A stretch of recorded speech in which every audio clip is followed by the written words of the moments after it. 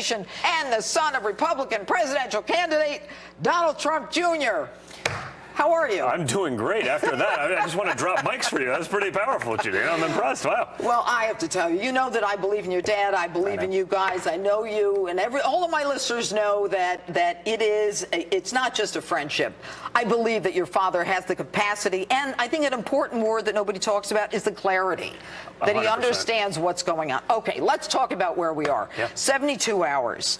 What does your dad have to do? Is he going to win Florida, North Carolina, Nevada, and Colorado? Well, you know, it's interesting. The map has changed a lot in the last few days. I mean, there's a lot of states that are in play that were never supposed to be in play. I mean, we're tied up in Colorado. You know, he's going to Michigan. That hasn't gone, you know, for us in a long, long time. He's going back up to Minnesota. He's going into states, you know, so the map has changed. There are states that we no longer maybe have to win if we can pull off I'm going to interrupt you. Donald, we're going live to your dad. Apparently there was a ruckus. Where is he now? He's in Reno, Nevada. There was a ruckus. Did they rush him off the stage? Secret Service just rushed him off the stage. But he's back in pure Donald form. Let's listen. To repealing the defense sequester. Right now, it doesn't sound that exciting, but it's very important. Because we're going to rebuild our badly depleted military. That means brand new modern aircraft for Naval Air Station. And you know what I'm talking. Fallon, who's Fallon? Any?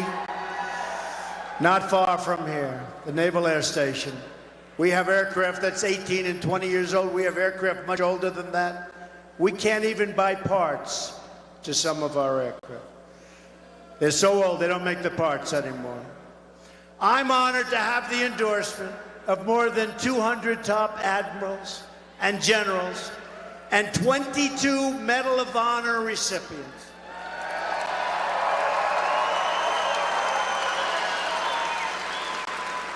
Now see those Medal of Honor recipients? What we're hearing now is that some people were taken out of that form by the Secret Service, and your father was rushed off, and he's back on the stage and back to message within moments. That's what he is. Listen. Oh, look, there he is being rushed off.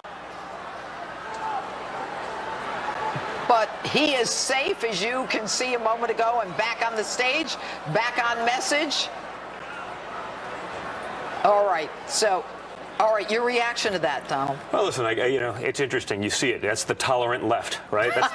That's the same people probably that were getting paid to go incite violence at our rallies from the Democrats. I mean, that's pretty good, you know. A lot of people will go throw some punches for $1,500, especially the crazy people that the other side was hiring. So, but that's really what we're up against.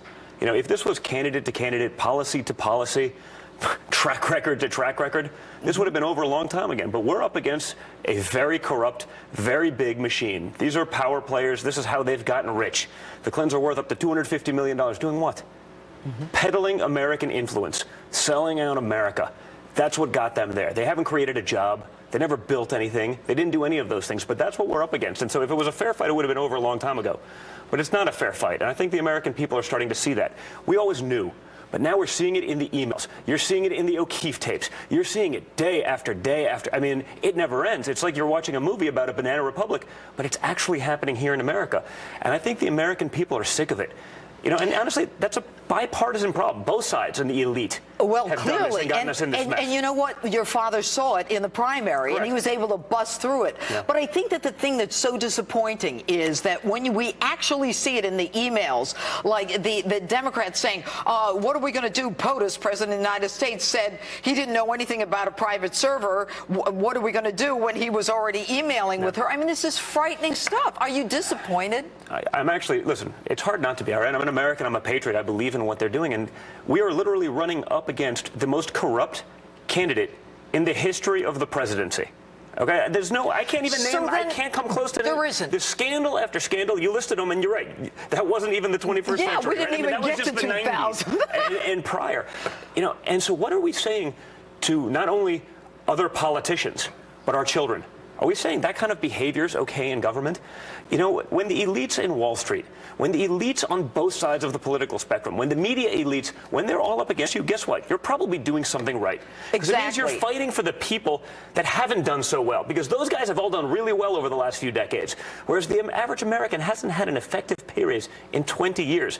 My father's willing to take on that system. He's willing to step away from a pretty good life. Yeah. You've seen it. He could do whatever he wants. He doesn't need to do this. He doesn't need to do this, you know, and I get criticized for saying that, but he wants to do it because he wants to ensure that our kids and grandkids have the opportunity to live the American dream. I want to get in two more questions. Why is Obama so invested in Hillary winning? And I don't want to hear, oh, his legacy. No, he's already got a legacy. Well, listen, everyone knows that they don't like each other. I mean, I can't figure out, presumably because they want to, you know, impose some sort of different rule of law in America. I mean, these are not people that believe in the Constitution. These are, you see, or that, law and order, or the military. You see Hillary talking about, you know, the Supreme Court justices she wants to put in. She disagrees with the Heller decision that people could have a firearm in their home to protect themselves. You know, that's what this is. This isn't a 4 or 8 year election. It's a 40-year election. You lose this, you lose the court, you lose all those decisions, you plant those liberal activist judges there, and you have a very different America. You have a very different America for our kids to grow up in, and it's not one that you can recover, because once that mentality and sort of that, you know, everything, government's always there to do something and government has to be in every aspect of your life, look at what government's gotten us. Whether it be the Obamacare premiums going through the roof, that's no longer affordable health care, okay? Not to mention your $9,000 deductible, right? So unless you get hit by a bus, you don't have insurance, okay? You know, but it's failed promise after failed promise. You know, giving $150 billion to Iran. Think of what we could have done with that. Well, think of what we could have done in the VA system with that, or in our education system with that. You know, it's crazy. Running out of time. Donald Trump Jr., I could tell your whole family has incredible energy. Well, listen, we're passionate about it because we love this country and we want to see it go on the right path. There's a lot at stake here, and it's not so simple to just say, you know, what we're hearing about. These guys have failed us time and time again. What's different about this batch?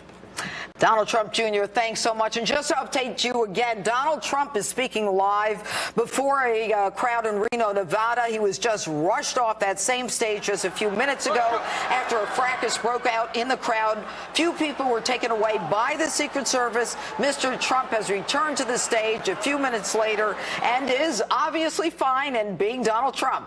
Joining me now is former Defense Intelligence Agency Director and Mr. Trump's senior advisor, Lieutenant General Michael Flynn.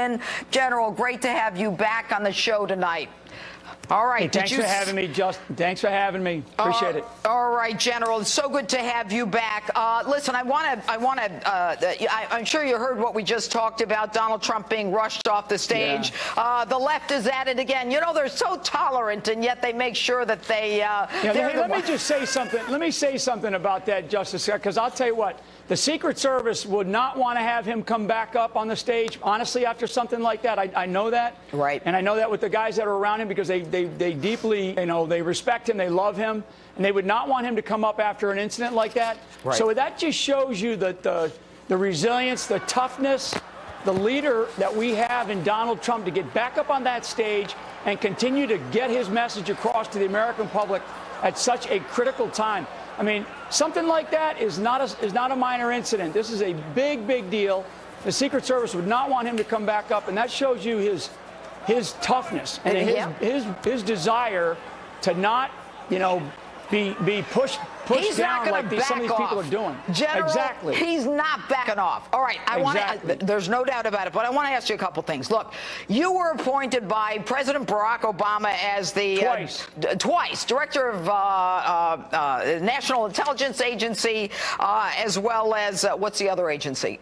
Well, the Defense Intelligence Agency, and also as the Assistant Director for National Intelligence. Okay, so at some point there is a separation of ways, and it pretty much is right after Obama says that ISIS is the JV team. The following month, you come out and you say to Congress, you know, they're going to be one of the most dangerous terrorist organizations, and the marriage is over at that point.